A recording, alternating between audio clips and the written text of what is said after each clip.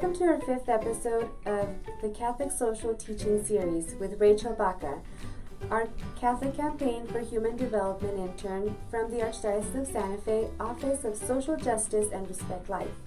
This month's teaching is on the Pastoral letter against racism.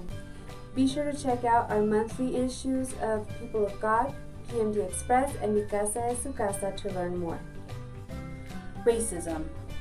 Racism is a destructive and persistent form of evil, as stated by the bishops of the Catholic Church of the United States. Christ calls us to love our neighbors.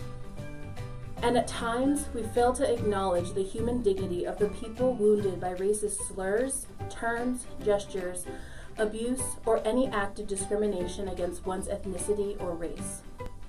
The bishops urge us to not allow silence and failure to act in our communities, churches, and as individuals as these racial injustices occur. Here are some places in which racism is present. Racism can be found in our hearts, placed there unwillingly or unknowingly by our upbringing and culture. Racism can also be institutional, which is when practices or traditions are upheld that treat certain groups of people unjustly. And lastly, there is systemic racism, which is working in how resources are allocated in communities that remain segregated.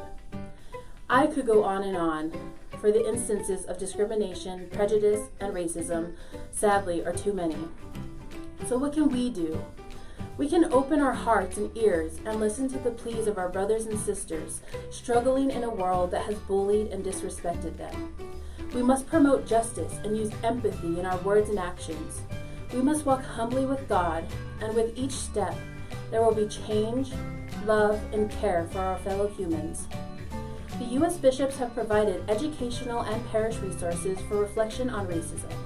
You can go to the usccb.org website /issues and action and human life and dignity to find the pastoral letter itself in English and Spanish, educational resources for grades K through 12, college, and adults, and there are also bulletin inserts, pastoral aids, prayer resources, and backgrounders on systemic racism.